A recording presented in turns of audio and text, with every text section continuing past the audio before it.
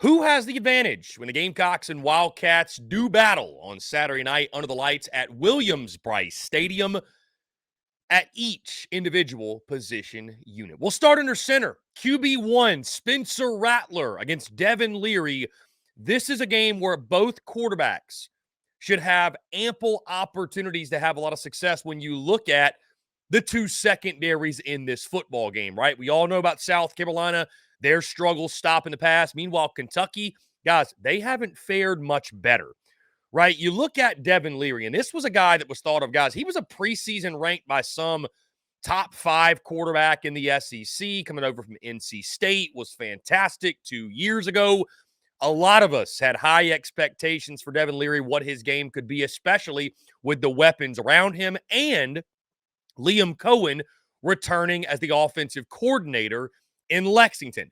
He has come on of late, no doubt, but still has not lived up to the hype and expectations that surrounded him in the preseason. 19 touchdowns to 8 interceptions with the Kentucky gunslinger, 2,063 yards for Leary to this point, 206.3 yards per game. Meanwhile, on the South Carolina side, you've got Spencer Rattler, who every single game at Williams-Brice Stadium is electric. Maybe if this game was at Kroger Field, maybe you could talk me into somewhat of a push, but even then, that would be a stretch. Spencer Rattler is playing out of this world, one of the best quarterbacks, not just in the SEC, but all of college football. A guy that I still don't think is getting enough credit for what he's doing with the lack of help and resources around him.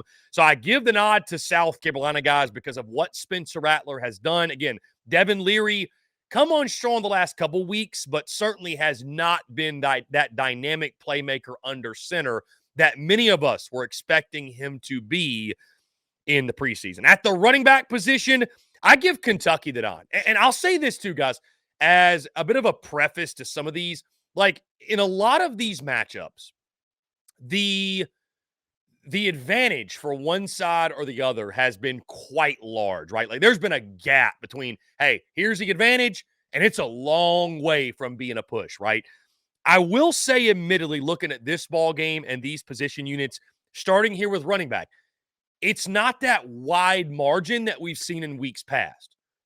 Mario Anderson has really come on as one of the better backs, guys, I think, in the SEC East. Like, what he's given the South Carolina running game, giving them even a jolt of hope, is wildly impressive when you look at the numbers and what he's doing behind a shoddy offensive line at best.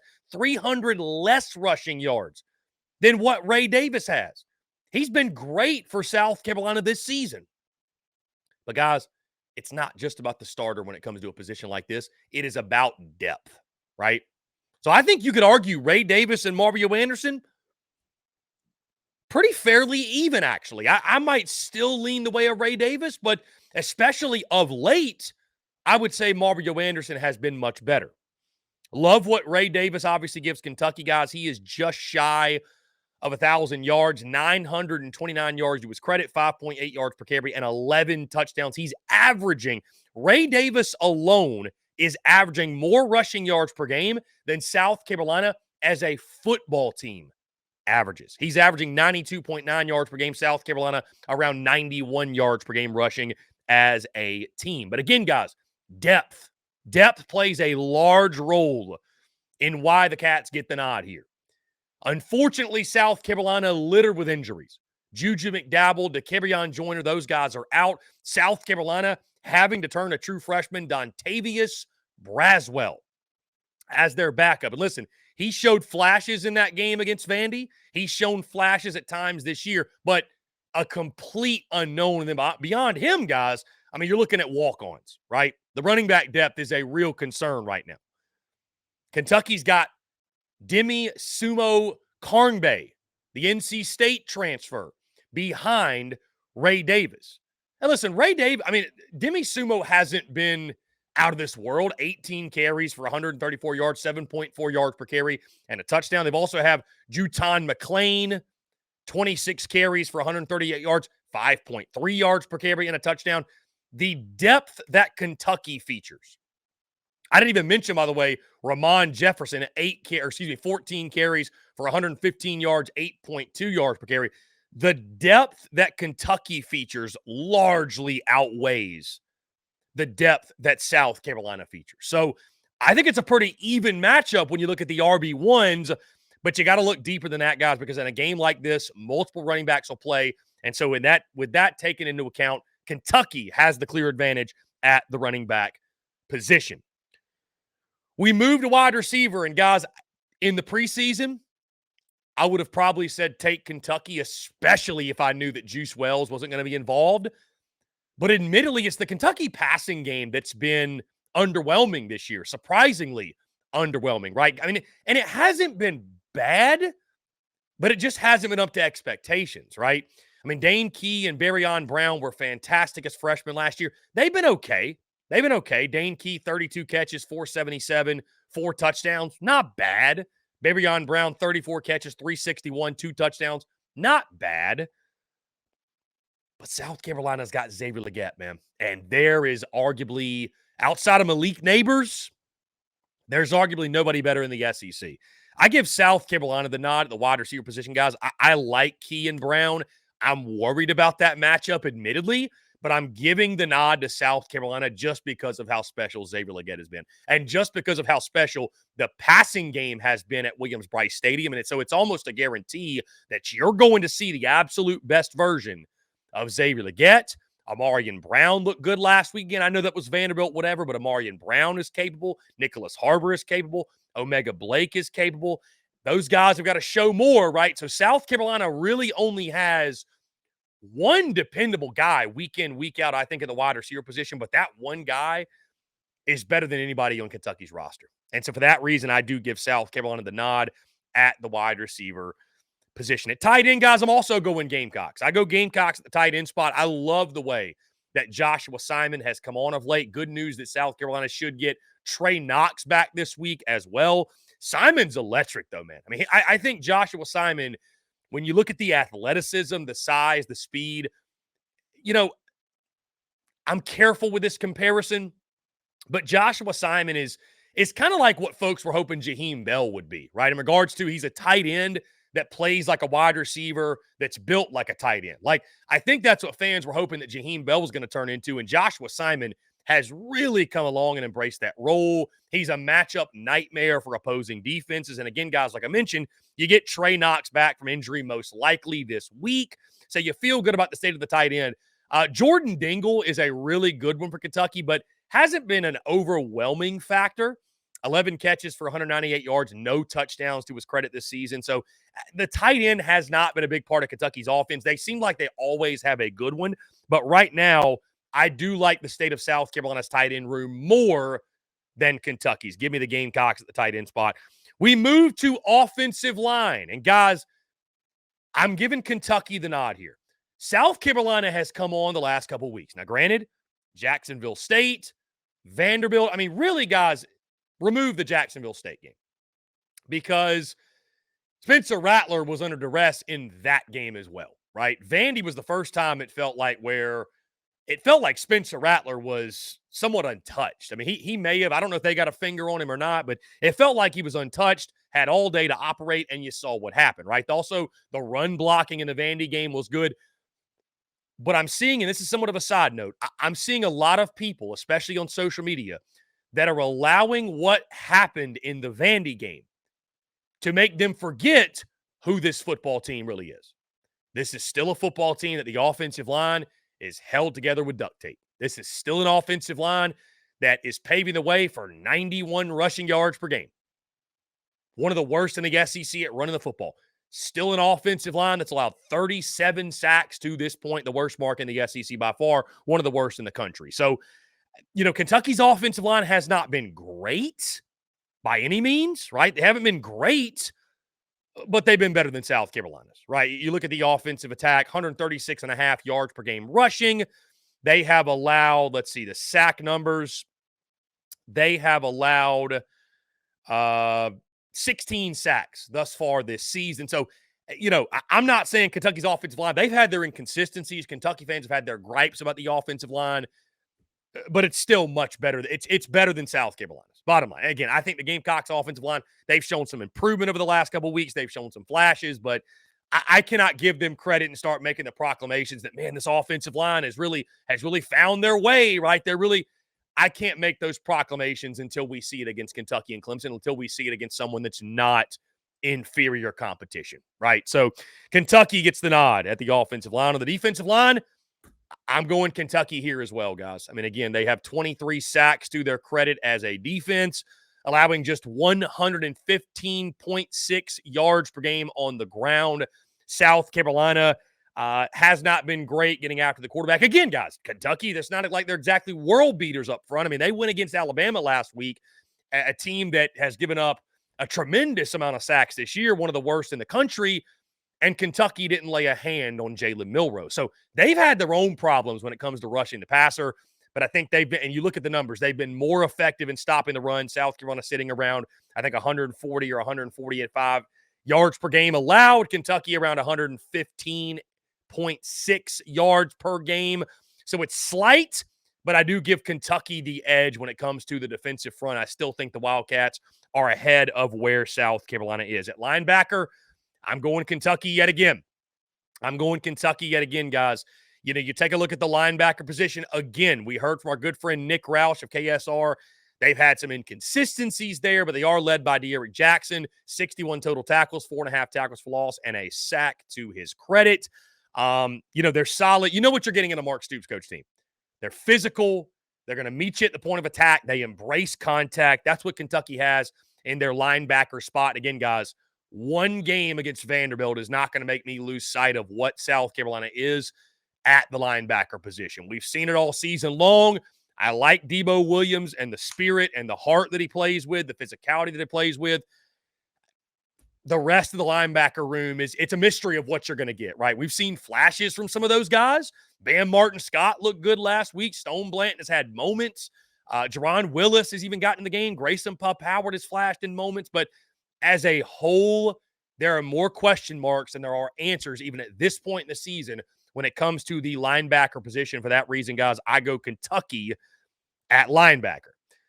At defensive back, this one's a push for me, guys. Like I mentioned many times, neither secondary has been really all that good. I mean, guys, South Carolina, we all know, the worst in the SEC, I believe, at pass defense. Still, you look at what Kentucky is doing. 241 yards per game allowed through the air. Opportunities are going to be there for Spencer Rattler and Xavier Legette, man. There's going to be plenty of opportunities to go downfield, to have some big plays, some busts in coverage, and shoot off some fireworks at Williams-Brice Stadium.